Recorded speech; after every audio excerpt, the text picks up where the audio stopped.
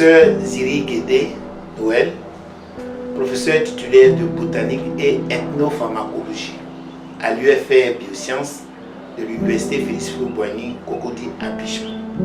Je suis au laboratoire de botanique dans cette université et je suis le chef de l'unité ethnobotanique et substances naturelles d'intérêt thérapeutique.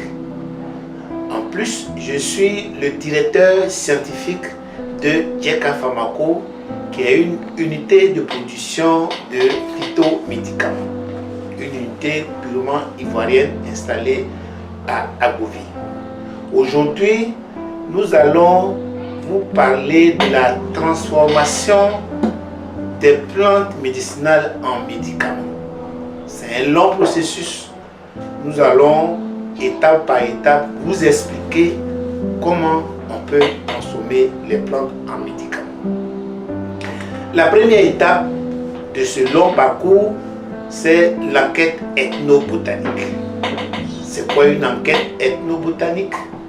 En fait, une enquête, c'est s'interroger, poser des questions sur un sujet précis en vue d'avoir des informations. Et l'enquête ici, elle est ethnobotanique. Le terme ethnobotanique, c'est faire allusion au rapport entre les hommes et les plantes qui vivent dans le même milieu. Les hommes peuvent utiliser les plantes pour se soigner. Les hommes peuvent utiliser les plantes comme aliments. Les hommes peuvent utiliser les plantes pour faire leur habitat, pour faire leur industrie. Mais aujourd'hui, nous allons nous focaliser sur l'enquête ethnobotanique qui tient compte des rapports des hommes avec les plantes médicinales. Qu'est-ce que les hommes font avec les plantes médicinales? Quels sont ces rapports? Donc c'est une enquête ethno-médicinale, ethno-pharmacologique. C'est ce volet que nous allons développer aujourd'hui. Pour réaliser une enquête ethnobotanique, il faut préparer un sujet de recherche. On ne peut pas aller dans la population faire une enquête sans préciser le but de cette enquête. Et comme le but de cette enquête auprès des tradipraticiens, c'est de récolter les informations sur leur méthode de préparation des médicaments, pour cela, il faut faire ce qu'on appelle un guide d'entretien.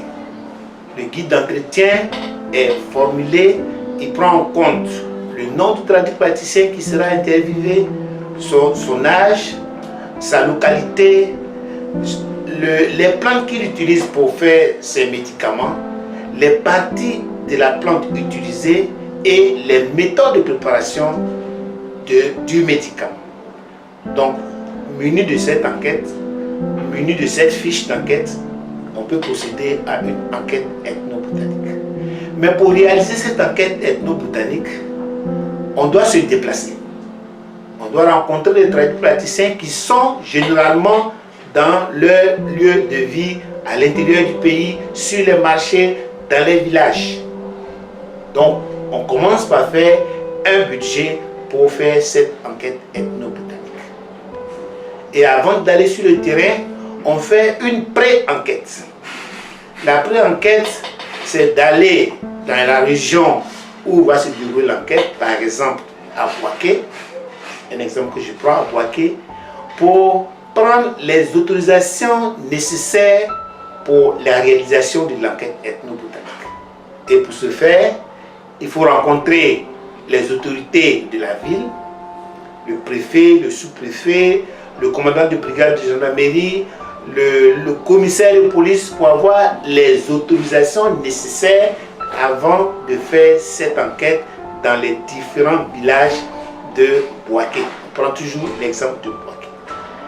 Et une fois cette étape terminée, on revient au laboratoire, on fait un point pour voir exactement là où nous allons aller faire l'enquête, quels sont les contacts que nous avons eus, quels sont les délais, les dates que nous allons choisir pour faire cette enquête. Et lorsque le projet est bien ficelé, on va faire l'enquête proprement dite.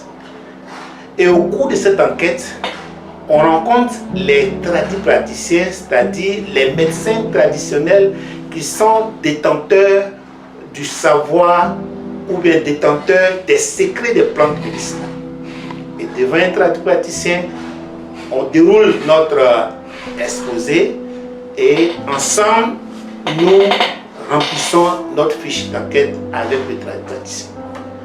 S'il s'agit d'un sujet sur les plantes antipaludiques, par exemple, on lui dira, vous soignez le palu.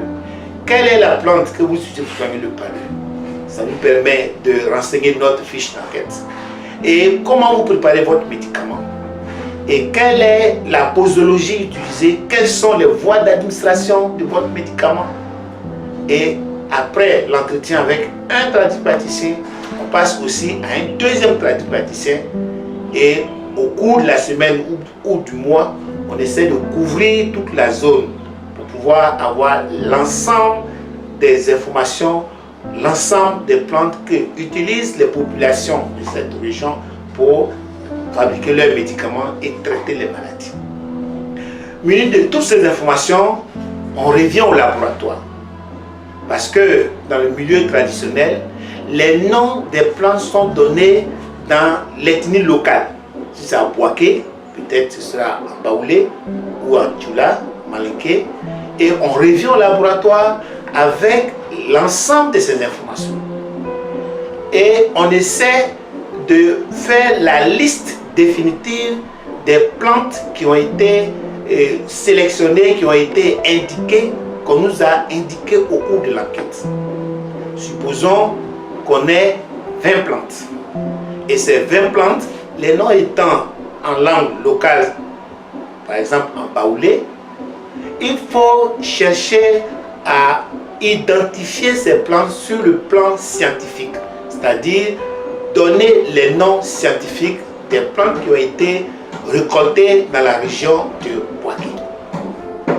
Et pour faire cette identification, en principe, en tant que botaniste, on a quelques informations. On peut identifier nous-mêmes les plantes sur le champ. Mais l'identification ne sera complète avec la comparaison de nos plantes avec celles qui sont stockées au Centre national de floristique à l'Université Félix Houphouët-Boigny à Cocody. Et cette comparaison permet de certifier l'identité, les noms scientifiques de l'ensemble des plantes. Une autre étape, c'est de calculer les fréquences de citation. Les plantes qui ont été désignées par les tradipraticiens, il faut faire en sorte pour ressortir les plantes qui sont citées par l'ensemble des tradipraticiens. Est-ce qu'une plante A est citée par tous les tradipraticiens? Est-ce que la plante B est citée par un grand nombre de tradipraticiens? Cela nous permet de calculer les fréquences de citation. Et une fois ces valeurs obtenues, on a une idée des plantes qui sont sollicitées, régulièrement sollicitées par les populations de cette région. Et ces plantes vont plus tard servir pour faire les extractions des principes actifs. Mais pour faire ces extractions, il faut retourner au lieu de l'enquête. Et cette fois, pour récolter les organes végétaux qu'utilisent les tradipraticiens pour faire leurs médicaments. Ici, ce n'est plus une simple identification, mais c'est le prélèvement des organes végétaux, soit des écorces, si les populations utilisent des écorces des plantes, soit des racines ou des feuilles, et ces organes végétaux sont ramenés au laboratoire. Ces organes sont découpés, séchés et pulvérisés, c'est-à-dire mis en poudre. Et ces différentes poudres sont conservées dans des sacs en papier, et sur chaque sac en papier, on met le nom scientifique de la plante, le poids de la poudre, la date de mise en poudre et le nom vernaculaire ou bien le nom local de la plante. Et à ce niveau-là, nous sommes prêts pour réaliser l'extraction des principes actifs. C'est un processus qui est long. À ce niveau, on peut être prêt pour enclencher la prochaine étape.